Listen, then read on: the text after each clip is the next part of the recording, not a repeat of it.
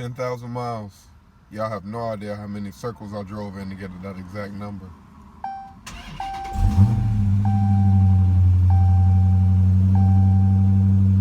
One week, 9,000 views, 200 subscribers. Y'all are killing it. Now I know my last video, I said that my next video would be 5 things that I love about my car, but we just hit 10,000 miles, and I think it's about time for a review. All right, so it was too windy for me that day to actually record a video. Y'all would have cussed me out because you wouldn't have been able to hear anything I said. So I'm actually back up here 2 days later, and we went from 9,000 views to 13,000 views. Jeez, y'all amaze me every time I look at my channel. Anyway, we're gonna start from the front, make our way to the back, go to the inside, and eventually we can go for a little ride, all right? So starting from the front, 10,000 miles later, this car is still aggressive looking as ever. I still love it. Every time I walk away, every time I walk up to it, I'm just drooling. As you can see, I still haven't gotten rid of that RT badge, but it's coming soon. Don't worry, guys, don't worry. All right, I've already popped the hood, so we're gonna go ahead and lift it up. Now, one of you did mention in my comments that my coolant reservoir was looking a little low. I appreciate that, and I will be taking care of that actually today. I was gonna stop and get the coolant before the video and actually fill it up on camera, but you know, things change, plans get interrupted. It's actually getting a little dark, so I'm trying to go and get this video in before it's too late. Actually took a second to look back and see which one of you it was that gave me the tip about the reservoir being a little low. It was 3900M. I really appreciate the tip, man. Thank you so much. All right, now straight on back into the review. We're gonna start with this powerful 6.4 liter engine. Got that Hemi in it, powered by SRT. Y'all see that? It ain't no joke. Putting down 485 horsepower and 475 foot-pounds of torque, excuse me. Tell y'all, what you see is what you get. This is nothing but power. Every day I feel like the pedal just gets more and more sensitive, and I'm going faster and faster. I eat through so much gas because I can't help it. Every time I get in the car, I just want to floor it. As you can see, I haven't really done anything to the engine bay. It's still looking really stock. Honestly, I really wish Dodge did something to cover up all this, make it look a little cleaner right here. Eventually I'll do, I believe Billet Technologies has a dress-up kit. I'll either do red accents inside of it, or who knows, I'll do the Hellcat drop-in airbox. I've been looking around online. It seems like those give the best airflow out of all of the ones that you could do, whether it be aftermarket or not. I will pop out my pop out that front headlight insert. I'll let you see it from the inside. See, actually it's really easy. You just reach down right inside of here. Well, you're actually gonna have to take out the airbox, and you see that little cap right there? It actually pops out just like the Hellcat, and your front headlight will be a ram air intake. I'll do it eventually, just haven't got the time to do it. Haven't even ordered my Hellcat airbox yet. Honestly, my top priority is tires. If you saw my last video, you understand. Was actually rolling with some friends 2 days ago, and spun through first and second. So no matter how much power I got, it doesn't matter if I can't put it to the ground. So we're talking about the wheels and the tires. The wheels still look amazing. They're that gunmetalish gray. So yes, I do get a lot of brake dust, but I don't really see it very much because of that perfect color that those wheels actually are. But again, like I said, they're 245, so they're pretty useless, to be honest, guys. There's a drop of water on the road, I'm spinning tires, I'm turning all around. It's crazy. It's fun. Don't get me wrong. It's fun, but it's crazy. All right, so we're gonna work our way onto the back. That black fuel cap, if you got the Scat Pack Appearance package, you love it. Every time I see somebody with a silver fuel cap, I'm feeling for them. And honestly, the stripe that comes on the Scat Pack Appearance package is my favorite part of the car. I love that stripe so much. A lot of people delete the Dodge off the back, but I don't understand why, especially on the Challengers. It looks really good. All right, we're gonna open up the trunk and see how spacious it is inside. Now, as you guys can see, it's a little dirty. I got my longboard, got my car cleaner supplies. You know, we do the 2-bucket system around here. Bag full of low-length cloths and things to check my oil with. Sun visor, all this good stuff. Honestly, I bought a 55-inch TV, put it in the trunk, no problem. The seats lay down, had it sitting in the back.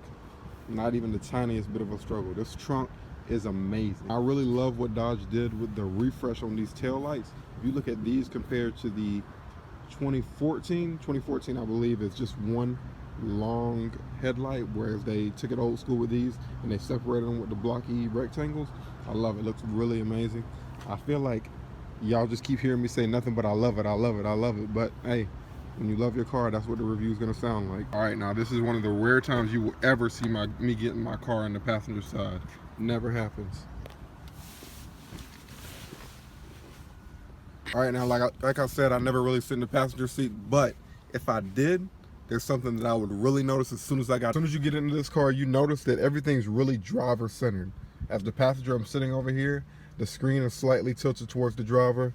He has this little, I don't know what you would call it, like a blockade saying, hey, this is my area, you stay out of it. Now the armrest does come out a little bit more, so I do feel a little bit welcome. And I got plenty of leg room over here. Even if I do have somebody behind me, which I'll get into in a second, I actually have plenty of room. The interior of this Challenger is magnificent. Now I will admit that it's not as good as the Camaros, but it's still really, really nice.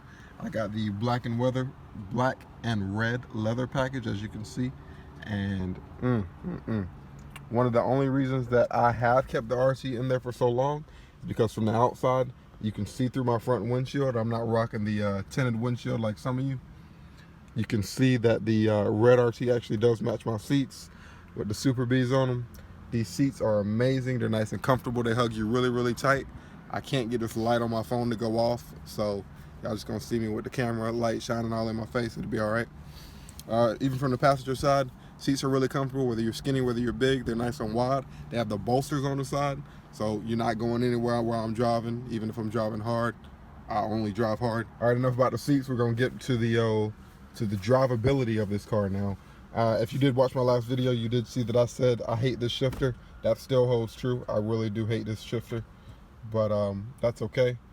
It can be changed. I already got plans on changing it with a Barton shifter, as I said in my last video as well. But again, tires are my #1 priority, so until that happens, honestly, y'all aren't gonna see too much done to this car. I did get the stainless steel pedals. I love them every day. Best decision I ever made. That dead pedal, I eventually will be placing with one to match the other ones. I think they just look a little better. It'll clean it up.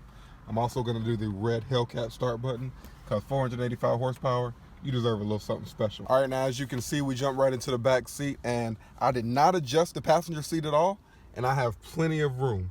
Now I'm 6 foot tall, and I'm completely comfortable. I got this leather armrest to put my hand on, and honestly, I go for a 7-hour drive back here. I used to have a 2001 Mustang, and I wouldn't let anybody sit behind me while I was driving because I simply had no room to even drive. But like I said, I got back here, didn't adjust the passenger seat at all, and I'm completely comfortable. If you look right here, you pull down the armrest, you even got a couple cup holders. That's a nice little touch, Dodge. I like it. I like it. Now, just like sitting in the passenger seat, this is my very first time sitting in the back seat of my car. Don't expect to see it again, okay? One thing I will say about getting in and out of the passenger seat, if you see your passenger trying to get back here with this seatbelt still here, don't let them do it. That is a mistake, big fella. You played yourself. Pull it out. It's quick and easy. You just slide it right through. Pull it out. It makes your life so much easier. Seat slides forward. Push it back. Before you get in, put the seat back in, because it just looks so much better. You got to get the style points. Hop in. You're good to go. All right, enough with the ins and out. We're going to go over the driving experience. Obviously, recording and driving at the same time is a little tricky, especially since I have a manual. And obviously, I already know how my car drives, how it feels, so there's not really any reason for me to drive while I record and make this video. I figured it might spice it up a little bit, but now that I'm thinking about it, I actually don't think I'm going to do it. It got dark outside a little bit quicker than I anticipated, so I'm going to finish the rest of my talk sitting right here in my room. I did get you guys an exhaust clip though, so check it out.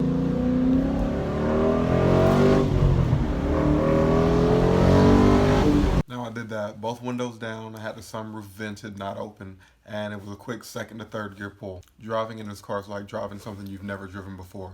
You really feel that 485 horsepower as soon as you barely touch the gas pedal.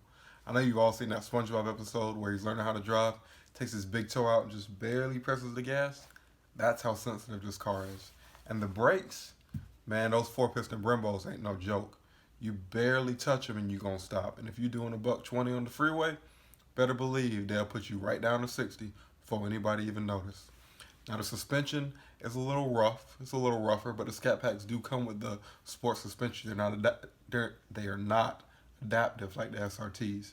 and I don't mind it at all, honestly. My only complaint about it is that we have so much body roll. I've actually been doing some research, and it seems like if I do the Hellcat sway bars, front and rear, it'll eliminate the vast majority of that body roll. And I'm going to do front and rear. Well, I'm not going to do rear, but I am going to do a front tower strut brace to eliminate the rest of it. All right, now just a few things I want to hit before I actually wrap up this video. I want to thank you guys so tremendously much. In 1 week, this video, well, my previous video, is actually now at over 13,000 views, which is ridiculous. We've gotten to over 250 subscribers. That video in itself had got over 100 likes, and you guys are constantly commenting, constantly talking to me. That's my favorite part. I'm at work, I'm waking up in the morning, I'm eating lunch, and I see I got a new comment on my video. I get to go and give a quick little reply to somebody, and every now and then I look and somebody actually says something helpful. It's not just a, oh, great video, oh, that was awesome, although I do love those, don't get me wrong. But like I said, I gave the guy earlier a shout out for letting me know about my coolant being low. I didn't even notice it. I was looking right into my engine. I checked my oil, didn't even think to look at my coolant levels.